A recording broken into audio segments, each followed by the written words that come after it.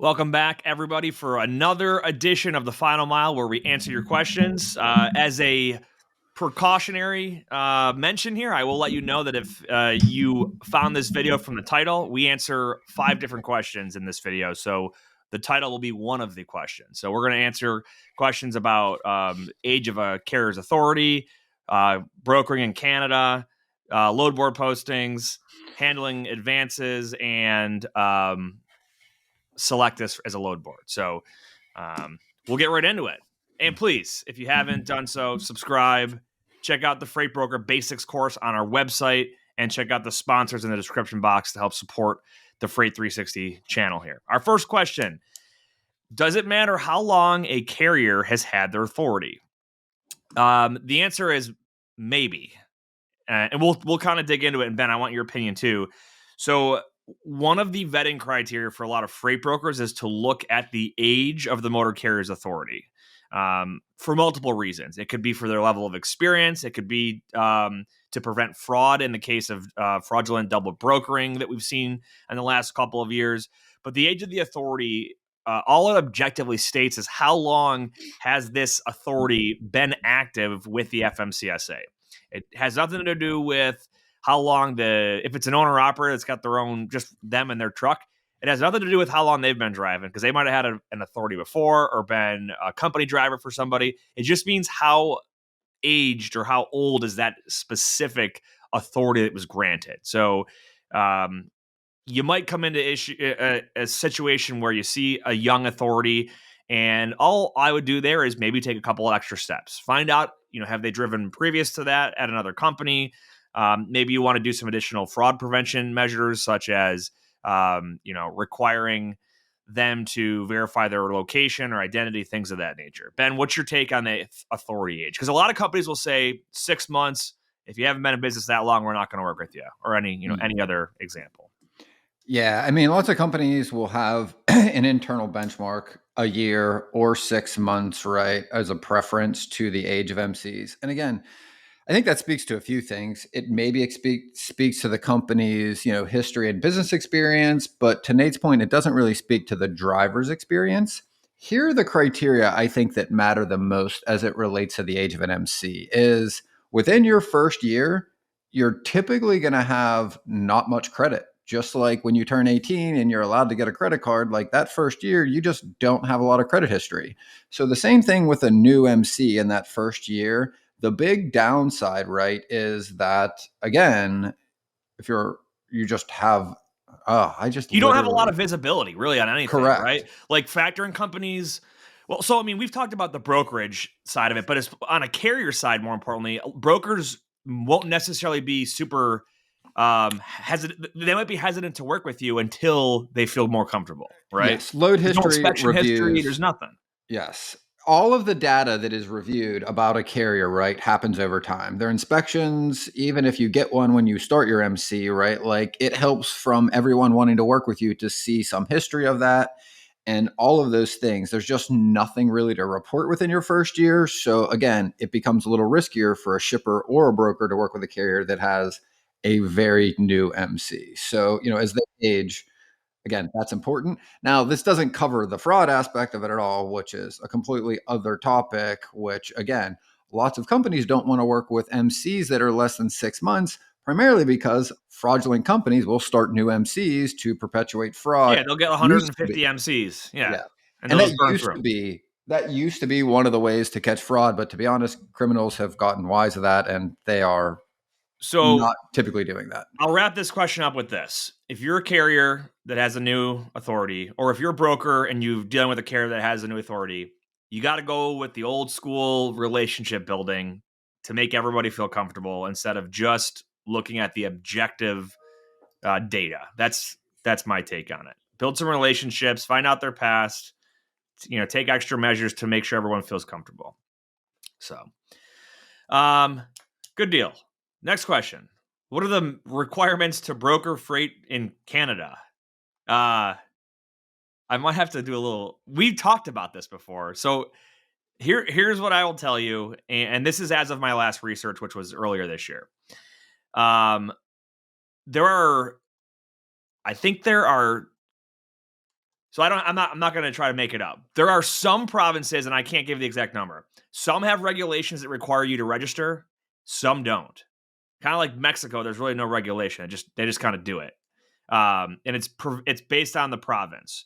Now, if you are a U.S. freight broker and you want to broker loads into Canada, all that's required is, or throughout Canada, you need to make sure that the carrier is licensed to do so. So if it's within Canada, they need to have the proper national, whatever Canada's licensing is. If it's a carrier that's going to deliver into Canada, that's a U.S. carrier, they can't hang out in Canada and keep moving freight. They got to come back. That's the cabotage law. Do you have anything else you'd add in on this, or any experience on it? I might try to look up the province. I've moved a lot of freight into Canada. It was long enough ago that I can't remember if I did enter Canada, and I'm pretty sure we can with our license. It matters more about the carriers we can use, if I'm remembering this correctly. If there's a province that's not regulated, it doesn't matter, right? So as a U.S. broker, you can just do it.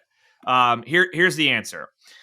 Ontario and Quebec are the provinces in Canada that license freight brokers. Ontario has deregulated brokers. So that's kind of contradictory. Well, either way, you can Google it and see everything in there, but there are only certain areas that are going to require it to be licensed. So it's kind of like how every state has kind of different requirements for things in the United States. Yep. They don't have a federal licensing process in Canada, from what we know, from what we've researched and found out. Make sense? It's wild. Makes sense to me. Wild West, man. Crazy. Literally had a guy, this is going back like almost 10 years, that he moved freight in Canada. And they lived in Canada. So they moved freight in Canada, but wanted to get into the US market. So had to get the American, like the US authority to do so, which that's on the other side of this question would be, if you're in Canada and you want to broker freight in the United States, you do need to go through the proper licensing. Because there's a lot of border areas, right, that you're going to have business on both sides. Like your Detroit, your Buffalo. Yep. A lot of the auto industry operates cross-border. Washington State. Yeah. The whole supply chain almost. In lumber in the Pacific Northwest, there's a ton that moves back and forth. For sure. All right, next up. Why is the same load posted on the load boards multiple times? So I've had people ask this question before, and there's a 101 level answer to it, and then there's a strategic answer to it, depending on what they're specifically asking. So the 101 level is, if you're a carrier and you see the same load posted like 4 times, there's probably 4 different brokers that all are trying to bid on that customer's freight, and they're all trying to cover it. Yep. It's that simple, right? A lot of times it's the same load, right? Just as Nate pointed out, yep. That shipper's got 4 or 5 brokers, and they send the load to all of them. They go, hey, whoever gets me the best rate first wins the load. Yep. So what you'll hear is, that's why it's a very common question for carriers when calling on a load post, is to ask what the commodity is. Because if it's got the same commodity, the same requirement, same pickup and delivery, and it's the same weight, it's probably the same load. That's why one of the most common questions from the carrier side is that's what they're trying to determine. And to be honest, I think the good carriers in regards to negotiation will play the brokers off of each other. They've got because there. It's the same side of it, right? Like if they get one rate, they're going to try to get a little more. And they're also trying to determine who actually has the load. So they will often just ask you directly, hey, are you quoting this, or do you actually have this load right now? Because it takes them a lot of time to call all 5 of them to figure out what they're actually doing. Yeah. Now the strategy side here is a little different. So you might see similar locations that might be the same load. So like what some people will do is they will post a load. Let's say the load is, we'll use Boca Raton, right? They might post it out of Fort Lauderdale, or name like 4 surrounding areas of Boca. What do you got? Yeah, I mean, it could be posted out of Miami. It would probably be posted out of Fort Lauderdale, probably be posted out of like Miramar and maybe Palm Beach, right? Your 2 or 3 larger areas, right? Because again, it's a peninsula. So if you can't find a truck in Boca, the next best thing is a truck coming from Miami that needs to go northbound that can pick the load up on the way. And the reason for that is if I'm a carrier and let's say I'm in Miami and I just search Miami, a lot of the load boards will have your exact matches up top and then it'll have similar matches down below. So to catch a driver's eye, what some people will do is post, Miami, Lauderdale, Hollywood, Boca, Palm Beach, like everywhere up 95, right? Yep. So, that's the reason for it. I have seen people, and I'm going to just say I think this is deceiving, but it happens, where they will post in a more desirable pickup location and then tell the driver, oh, actually, it got Pickup changed changed. over here. And it's kind of, Yeah. it's not a really good practice, but. All right, next question. How should I handle fees for com checks or advances? This is a great question because I scratch my head on this often. And let me explain it. So, if you use like an EFS service or com data for com checks or any sort of service that allows you to send money to a driver, like for a lumper or a fuel advance or a quick pay, there are fees that come along with those services. It's usually like a percent, maybe like 3% or like a $15 or something like that. Now, if a carrier is electing for a fuel advance or a quick pay, it is, in my opinion, fully reasonable for them to eat that processing fee because it's a service that you're offering to them that costs you money outside of your standard 30-day pay sending a check. Now, lumpers, here's where I scratch my head. The customer requires the lumper. So now, as freight brokers, we have to either ask the driver to pay out of pocket and get reimbursed or to get an advance sent to them and they have to eat the fees on it. And I hate seeing that because it's like we're requiring the driver, it's the customer requiring the service, but we're making the driver pay for the fee, either pay for the fee to get the advance sent to them or for them to put their money on the line and get reimbursed a month later. So what I have, like at Pierce, my company that I work with, what some of the folks will do, and it's optional, they will eat out of their own commission the cost of that advance to give the driver the lumper advance and not discount them, not penalize them for the customer's requirement. Does that make sense? Like, makes perfect so like sense. if they're going to get $100 lumper and it's only going to be $97, they'll add an extra $3 to that driver's pay and they'll eat it out of their margin. It's a small amount, lumper, even if it's a $300 lumper, it's $9, right? But out of principle, I don't think that the carrier should have to be eating those fees because the customer requires it. What do you think?